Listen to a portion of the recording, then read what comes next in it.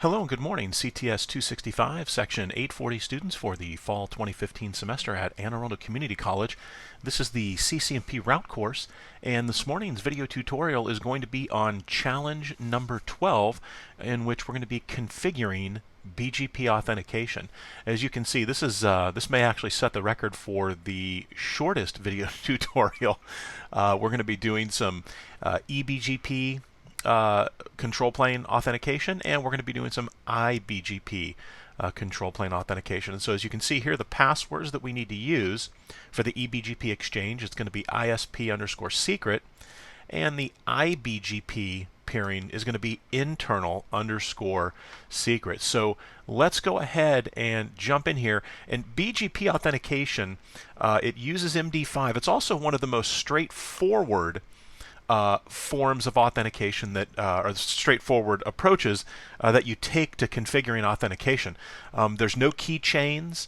We're not using IPsec built-in authentication like we would with OSPF v3.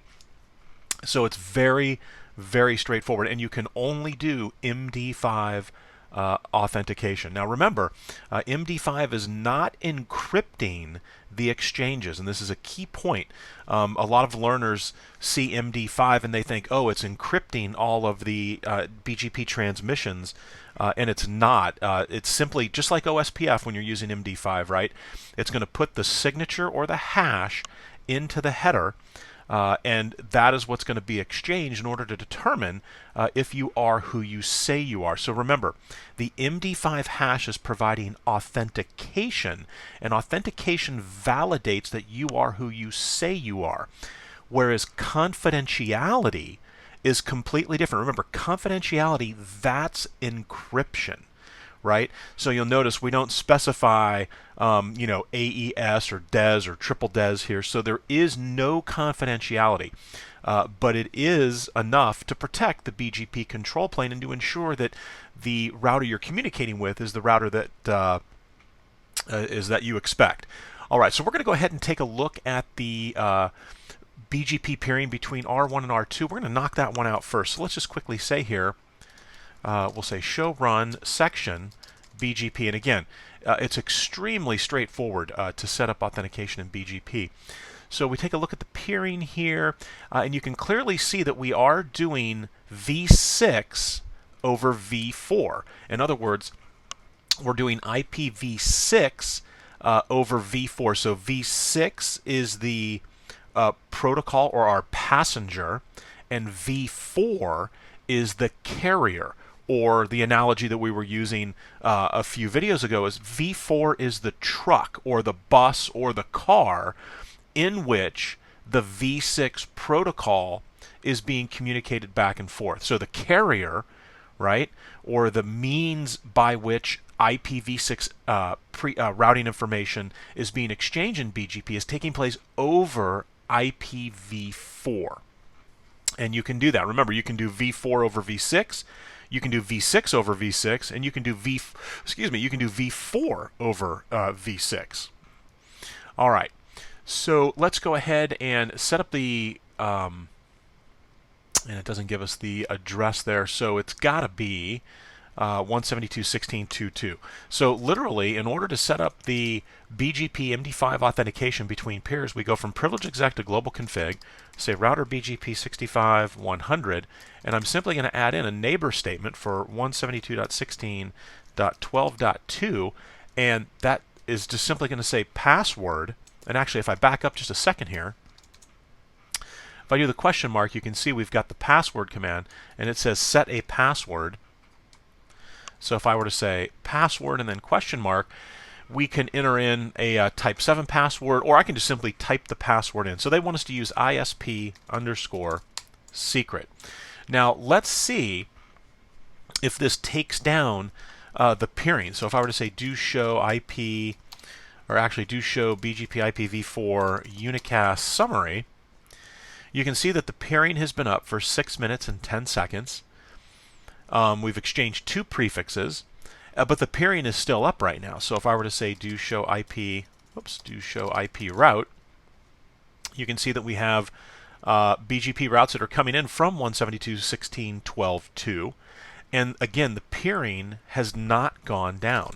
So I'm going to turn on some debugging here. We're going to say debug IP BGP events, I believe. Actually, we'll just do all. So I'm going to say debug IP BGP all. So I'm going to debug everything I can with BGP here. And you can see it's doing its scanning of the tables to see if anything has changed. But again, the peering is still up. So let's come over here. You can see the neighbor. Oh, that's our internal information there. So let's go ahead now and say show IP BGP IPv4 unicast summary. We should see two peerings here, and we do. And we're looking for 172.16.12.1. So let's see what our BGP section looks like. So show run section BGP. And as you can see, we've got the neighbor statement right here, and this is for router 1. So let's go ahead and configure authentication on this end. And remember, you have to have it on both ends. So we'll say from privilege exec to global config, from global config into the router BGP 65,000. And again, very simple, 172.16.2, or sorry, .12.1, and let's go back and get that, 16.12.1, and simply password ISP _ secret. All right, so now that we've got this set up, you'll notice that the peering is still up. The peering has not gone down. So show BGP IPv4 unicast. Sorry, summary. And you can see the peering has been up for 8 minutes and 12 seconds. Right? We haven't had any issues at all. So, but we're not doing authentication right now. We're not authenticating the relationship, the peering relationship between router 1 and router 2, even though we've got it configured.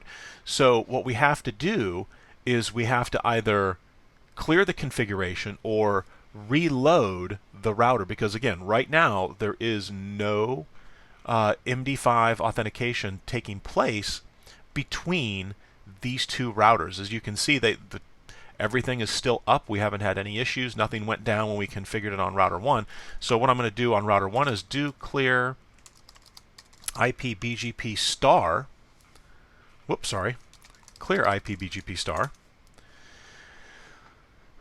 So we're going to clear everything. You can see that we are doing debugging here of all of the BGP activity.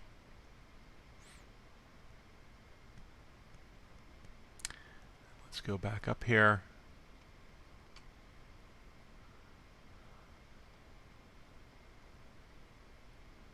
Was hoping to capture something up here. And let's check. Looking for anything to indicate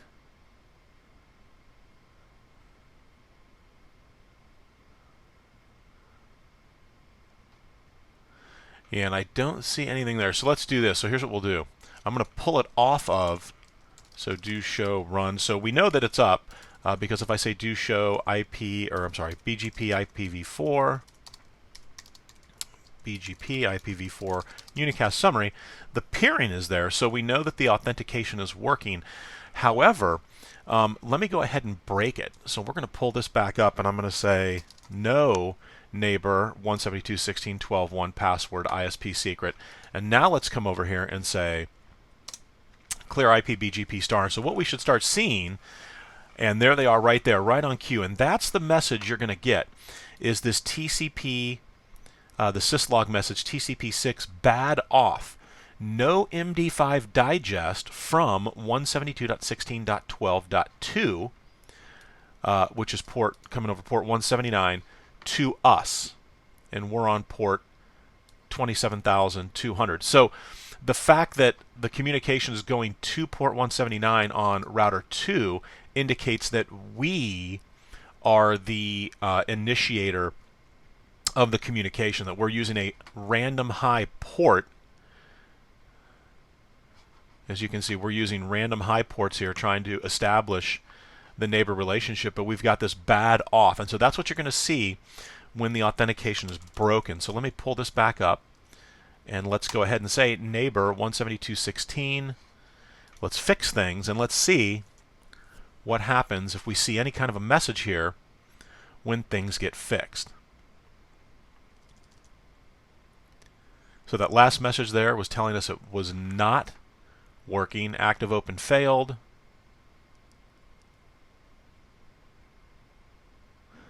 And there we go.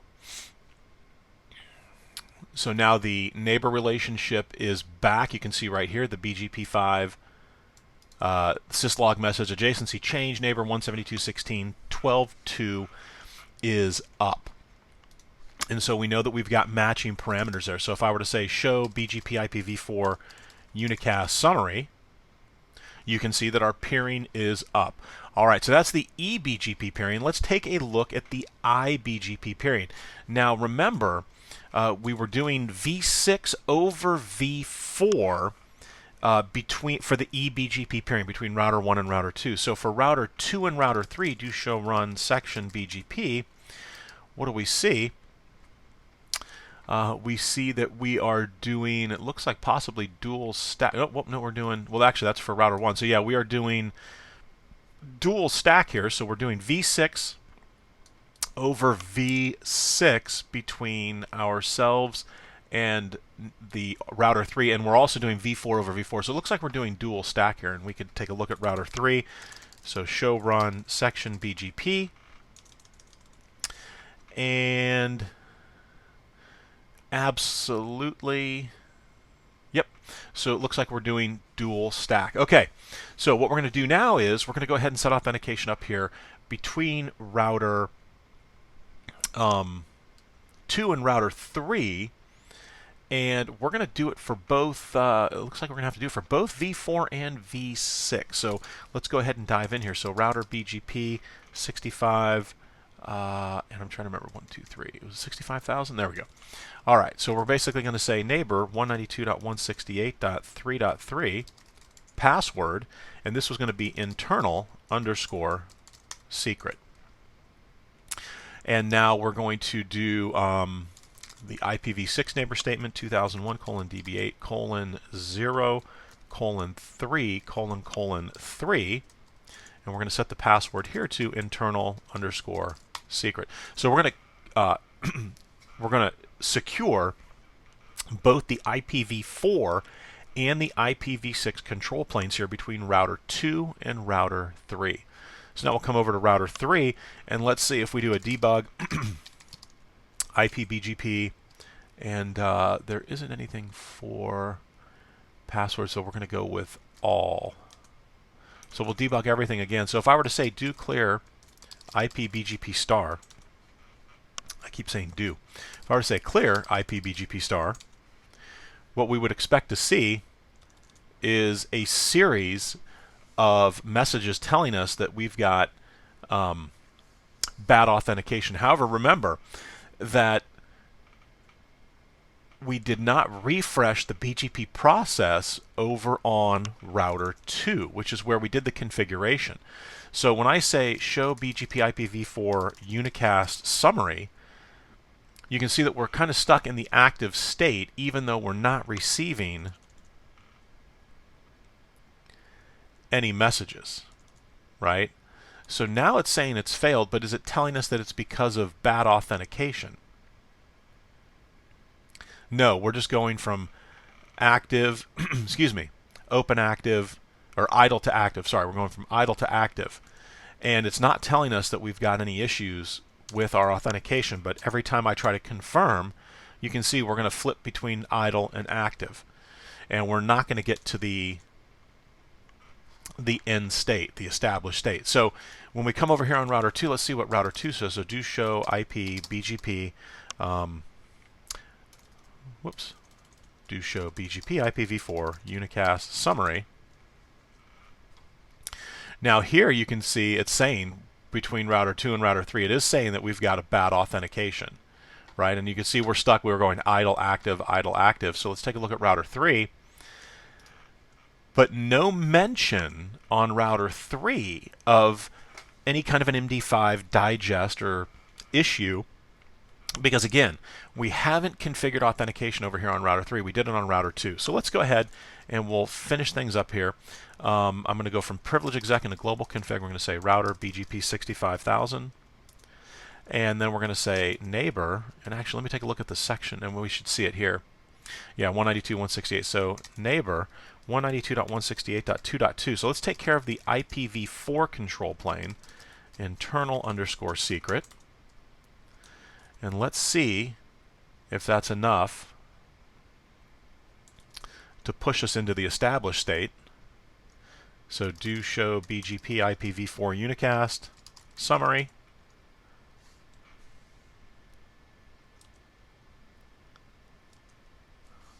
Let me make sure I got the...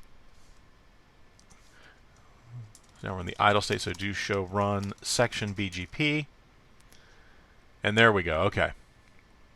So now what's failing, so if I do the do show run section BGP, you can see we've got the password statement in there, right here. It takes place in the sort of the global BGP config area, not the address family config area.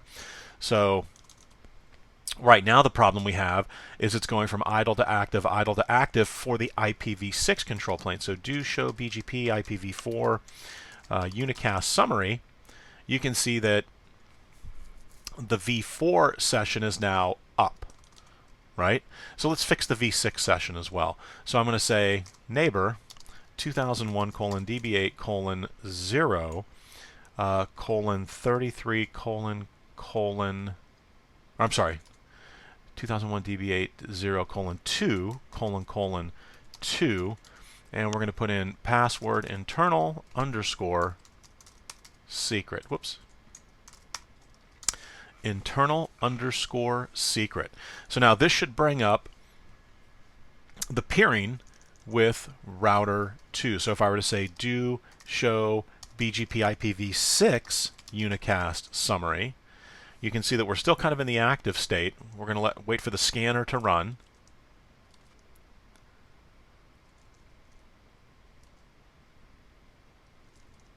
And now that I'm thinking about it, did I actually put a password over here for the v6? Do show run, I don't think I did, section BGP and internal underscore secret. Actually, I did. All right, so we've got it for both. So let's give it a second here and see what happens. And now it shows that we are up, and we actually saw some syslog messages here. With the BGP5 adjacency change, neighbor is now up. So we were able to configure the authentication. Now this is Cisco IOU. Let's see, do we have the same behavior on actual Cisco routers? So this is a 2811 running 15.1 code, and it's literally a direct Ethernet cable connection over the fast, excuse me, over fast Ethernet 00. To an 1841 running 15.3.3 code. So let's go ahead and configure the authentication here. We'll go from privilege or user exec to privilege exec into global config, router BGP. I'm just running 6.5 or 6.1.1.1. And let's say, and actually to show you that the peering is up right now, do show BGP IPv4 unicast summary. You can see that the BGP peering is up. Messages are being sent back and forth. So let's go ahead and say neighbor 209.165.34.4 password. And again, let's see if it says anything other than just set the password. Does it tell us it's MD5? And you can see we have many more options here. No, it just says set password, right? So set a password. So we'll put in password, and we're just going to say Cisco, all lowercase. So let's see, does this take down, we'll do a debug IPBGP all. Alright, so we're debugging for all address families. So as you can see, with real Cisco routers, the adjacencies show BGP IPv4 unicast summary. The adjacency stays up. The adjacency does not go down, and you'll notice we're not getting debugs telling us that something's wrong. So let's do that right now. Let's go ahead and say clear IPBGP star, and we should see, and there they are. So now we start getting those TCP. So syslog here on this version of iOS is logging it at level 6, the informational, and it's telling us bad auth. So TCP 6, bad auth, no MD5 digest from 34.4. And that's our neighbor router. That's, in this case, it's the ISP is how this is set up. So let's come over here and you can see we've got the adjacency change message, but it's not a good one. It's that the peer is down. So if I go from user exec to privilege exec and say show BGP IPv4 unicast, we have no routing information. Do we have any? No, we're in the idle state, right? So this is what will happen when passwords are mismatched, or they're not configured on one side but not the other side, is we'll go from idle to active, idle to active, idle to active, and just bounce back and forth, right? And look at that. Okay, fantastic. It's good to catch it there. So when idle to active, so we sit active for a while. And let's see if it's going to cooperate here and transition back to idle. But it's not going to get to that end state that we're looking for, which is the established state.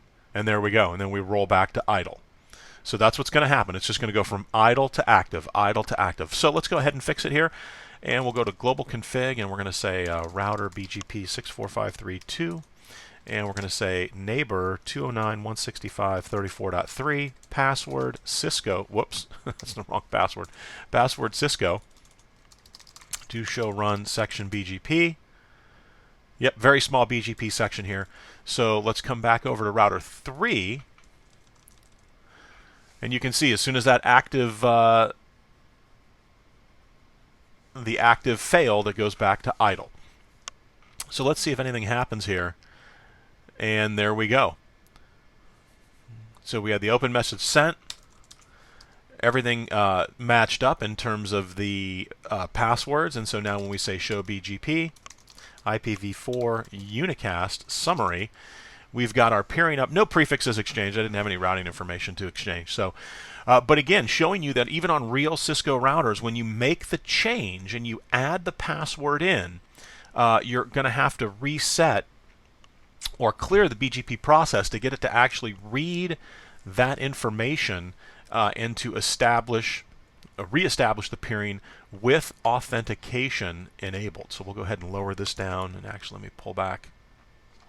All right, so there we go. So that actually wraps up challenge activity 12. Again, very straightforward, but very, very important challenge activity to understand how to set up MD5 authentication between routers running BGP. How do we secure the BGP control plane? This is exactly how you do it. All right, well, thank you for watching, and I will see you guys on Monday. Happy Thanksgiving.